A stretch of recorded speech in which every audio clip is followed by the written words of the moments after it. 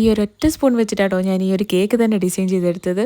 എനിക്കും ഭയങ്കര ഡൗട്ടായിരുന്നു ഇത് ഓക്കെ ആവുമോ എന്ന്. പക്ഷേ എന്തായാലും ഓക്കെ ആയി കിട്ടി. അപ്പോൾ അതെങ്ങനെയാണ് ചെയ്തതെന്ന് കാണിച്ചു തരാം കേട്ടോ.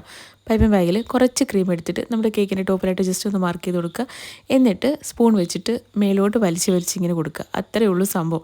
ഞാൻ തന്നെ വിചാരിച്ചിട്ടുണ്ടായിരുന്നില്ല എനിക്കിത് കറക്റ്റായിട്ട് കിട്ടുമെന്ന്. കാര്യം അതിനൊക്കെ ഓരോ ടൂൾസും കാര്യങ്ങളൊക്കെ ഉണ്ട്. പക്ഷേ എൻ്റെ കയ്യിൽ അത്രത്തോളം ടൂൾസും കാര്യങ്ങളൊന്നുമില്ല. ചെറിയ രീതിയിലൊക്കെ ആയതുകൊണ്ട് തന്നെ ഞാൻ ഒരുപാട് ഐറ്റംസ് ഒന്നും അങ്ങനെ വാങ്ങി വെക്കാറില്ല.